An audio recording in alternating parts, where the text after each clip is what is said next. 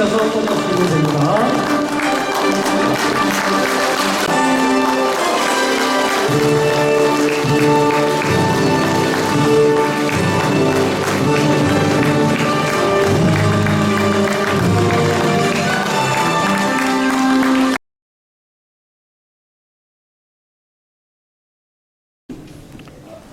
존경하는 선배, 동료, 당원 동지 여러분, 여주중앙청소년 수련원에서 당원 대회를 함께 갖게 된 것을 기쁘게 생각합니다. 저는 당협위원장 강성만입니다.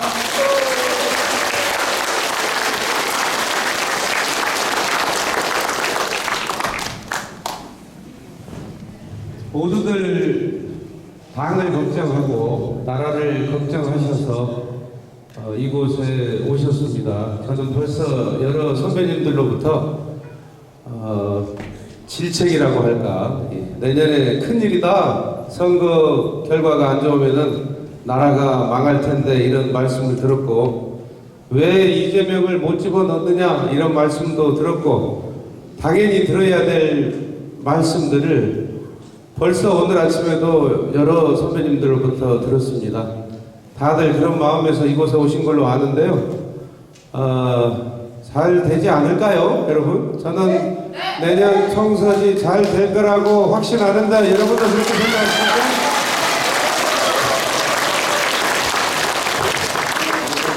네, 대한민국이라는 이 나라 아직 부분이 살아있을 겁니다. 네, 이대로 대한민국을 뭐 사회주의 국가나 무슨 전체주의 국가나 이런 나라로 흘러가도록 이 나라의 그 선열들이, 이 나라를 지켜주신 그런 분들이 그냥 놔두지 않을 것이다, 저는 그렇게 생각하고 있고요.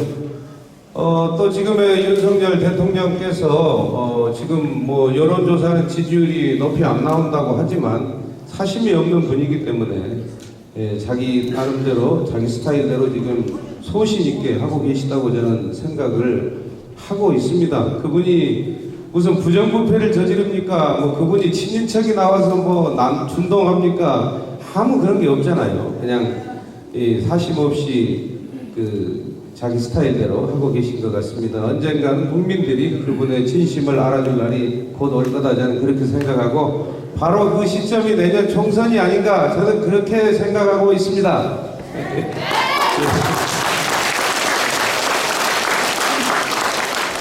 지금 뭐 여러 가지 총선 뭐 전략이라고 할까, 총선에 대비해서 정책도 나오고 또 당의 여러 가지 혁신도 나오고 있습니다. 메가시티라고 요즘 뉴스를 장식하고 있는데요. 김포시를 서울에 편입하겠다.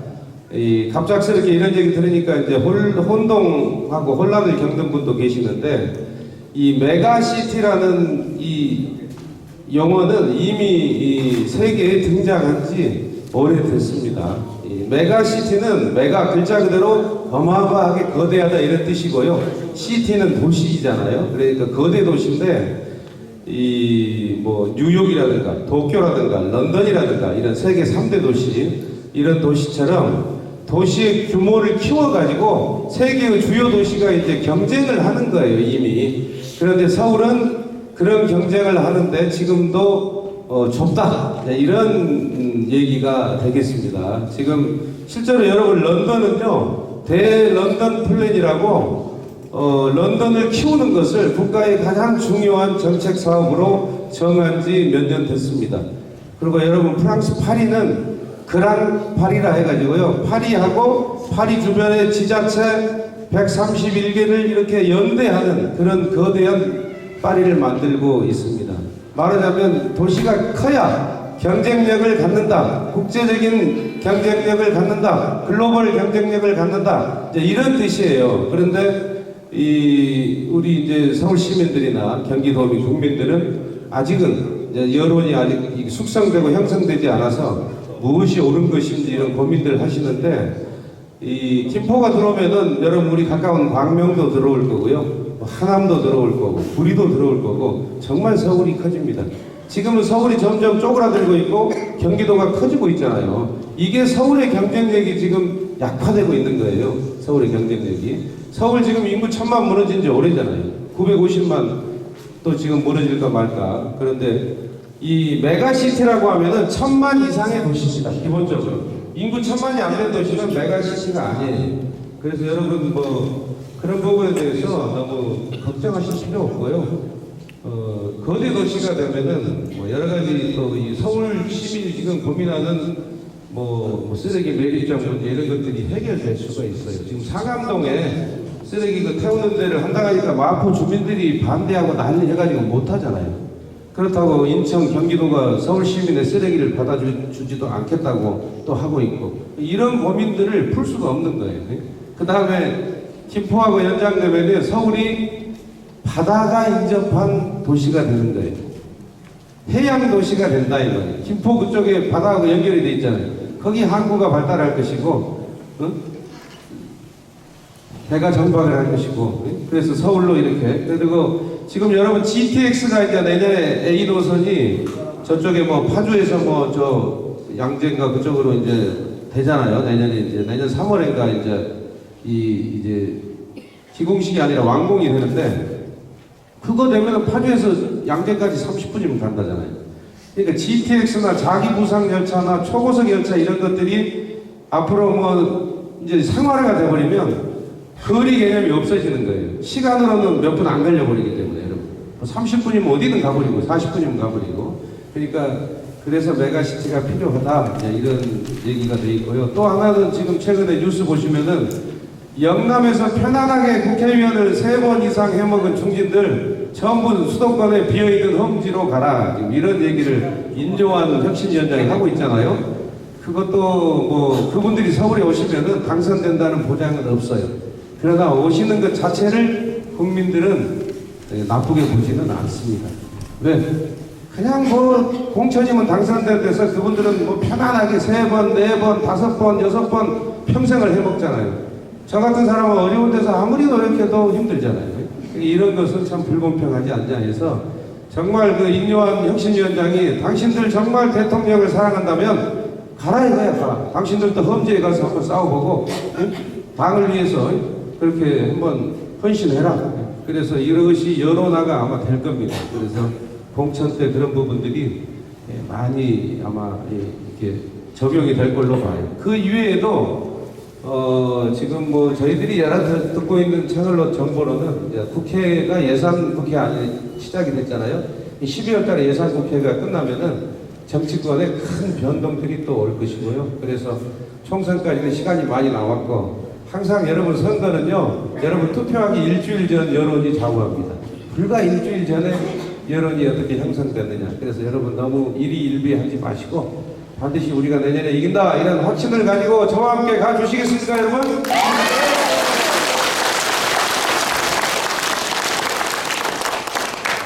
네, 우리 금천은요 13년 동안 국회의원 금천장이 민주당만 했습니다.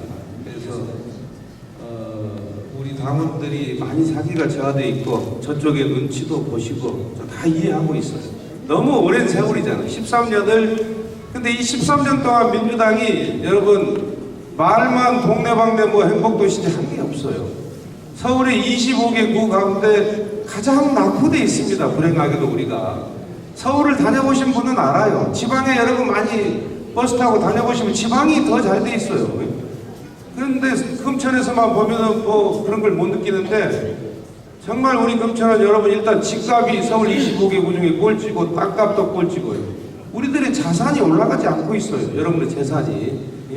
그래서 그런 부분에 대해서 민주당은 할 말이 없습니다. 지난 13년 동안 이 롯데캐슬 아파트가 들어선 이후로 재개발, 재건축이 단 한 건도 없었던 도시가 우리 금천구고요. 도시 개발을 하려고 하질 않아요. 제가 민주당 사람들하고 이해를 해보니까. 뭐 세입자들 쫓겨난다 이런 선동이나 하고 세입자들도 서울의 다른 곳보다 가장 저렴하게 입주할 수 있는 그런 주거 도시가 바로 금천입니다. 제가 보기에는 새로 이렇게 이 재개발 재건축을 하더라도요 더 싸게 입주할 수 있어요. 금천이. 그런데 그런 선동만 하고 금천을 교육도시로 만들자고 하면 무슨 그런 소리 하냐고. 금천의 교육은 인류대학 보내는 그런 게 목표가 아니랍니다. 구청장도 구의회에서 직접 그런 발언한 영상이 있어요. 그러니까 이게 정말 동떨어진 사람들이에요. 현실하고는. 저희들은 어떻게든 우리 아이들 잘 가르쳐서 좋은 대학에 한 명이라도 더 보내고, 그래서 그런 교육을 통해서 사회적인 어떤 지위가 상승시키고 그렇게 키우려고 하는데, 그런 것에 대해서 관심이 없는 게 지금의 민주당입니다, 여러분. 그래서 한번 바꿔주셔야 돼요. 한번 이 금천을 바꿔주셔야 민주당 사람들도 아, 이거 우리가 열심히 안 하면 우리 안 찍는구나 이렇게 인식을 할 텐데, 맨날 민주당만 찍으니까 열심히 일할 이유가 없어요. 제가 민주당이라도 뭐 때문에 열심히 일하겠어요? 국회의원직, 구청장직 누리고 즐기면 되지. 어차피 선거 때 우리 찍는데. 그런 세월이 13년 가니까 또 앞으로 또 몇 년 더 가고 13년 또 가면 어떻게 되겠습니까? 다 반전하는데, 구로, 뭐 관악, 광명, 안양 다 반전하는데 그 사이에 끼어가지고 조그만 금천이 끼어가지고 그냥 이대로 살다가 이번 생은 여러분 다 망치면 만족하시겠습니까? 아니잖아요. 그래서 한번 바꿔주셔야 돼요. 그래서 제가 만약에 일할 기회를 가진다면 강상만이라는 사람이 어떻게 일하는가도 한번 보여주고 싶고. 그런데 뭐 맨날 민주당만 찍으니까 저 사람들이 일 안 합니다. 그냥 자기들 사람 관리 조직 관리만 하면 돼요. 국가에서 준 세금 가지고요 자기 편들한테 몇 푼씩 더 주고. 제가 그래서 항의했어요. 금천 구청장이 쓰는 세금은 민주당 지지자들만 낸 돈이냐 그랬어요. 오히려 그 예산, 금천구 예산에는 우리 국민의힘 지지자가 낸 세금이 더 많다 이겁니다. 그러면은 그 예산 세금을 모든 국민에게 똑같이 써야 되지 않겠습니까? 그런데 편을 딱 갈라가지고 자기 편만 더 생각하는 척하고 이런 나라가 돼서는 안 되겠다, 저는 이렇게 생각을 하고 있고요.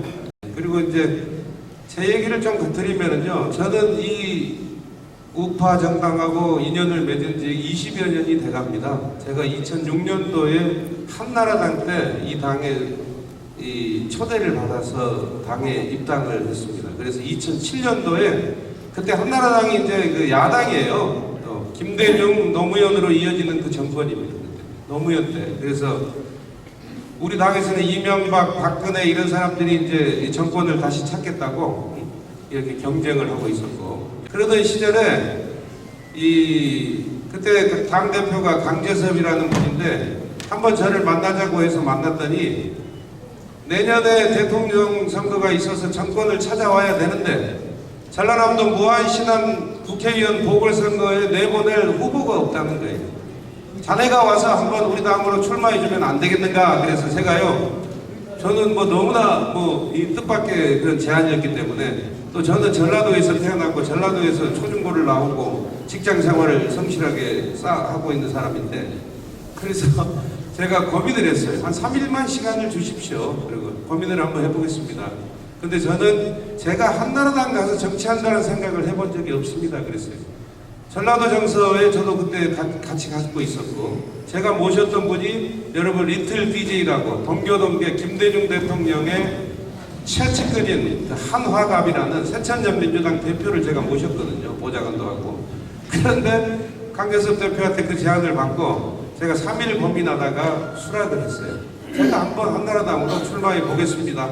김대중 대통령이 살아계시는데 김대중 대통령의 고향 무안신안에서 새천년 민주당에서 김대중 대통령 아들 김홍업이를 공천했는데 제가 한나라당으로 한번 싸워보겠습니다 하고 제가 한나라당으로 출마를 해가지고요.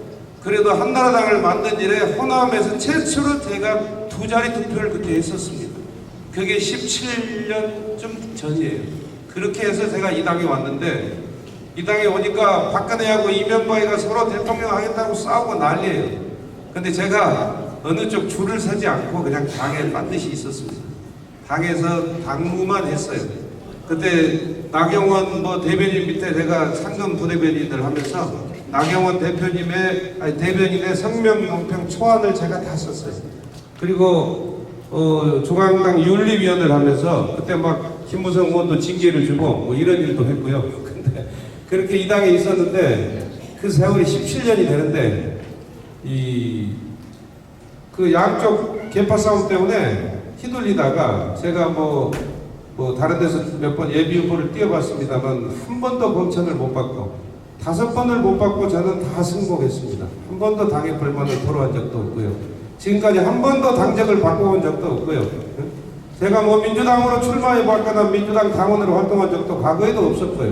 그래서 저는 이 당에 와서 한결같이 지냈는데 박근혜 대통령이 탄핵되고 당이 다 망할 때 당협위원장 할 사람이 없어요. 우리 한인수 위원장님도 바른정당 가버리고 그때 제가 망해가는 우리 한나라당의 금천구 위원장으로 오게 됐습니다. 임명진 비대위원장 시절에.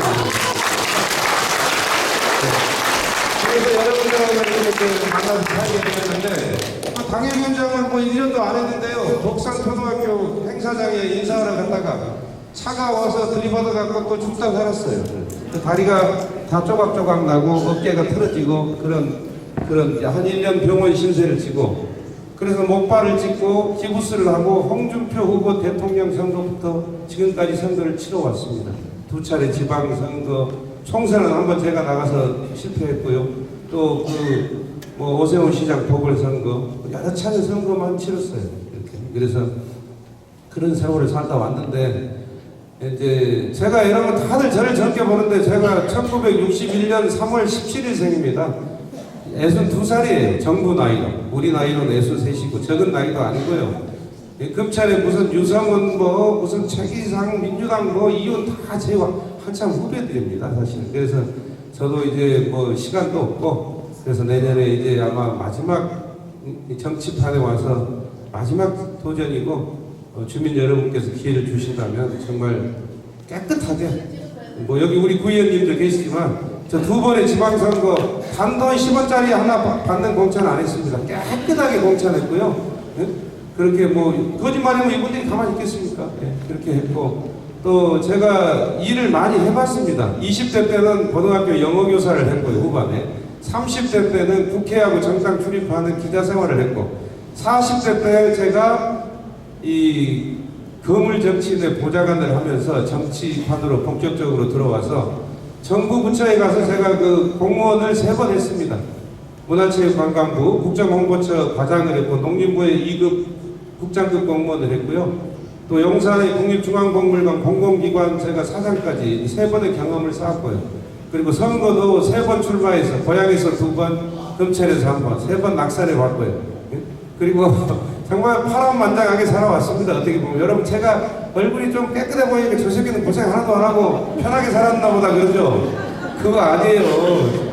저 정말 상처도 많이 받고 마음고생 많이 하고 뭐 차성수 부총장 할 때는요 뭐 행사 가면 우리 뭐 한나라당 위원장이라고 마이크도 안 주고 그러더라고요. 그리고 아예 뭐 민주당끼리 자들끼리 그러니까 그런 서름도 받을 거예요. 그러면서도 여러분들이 있었기 때문에 제가 꿋꿋하게 버텼습니다.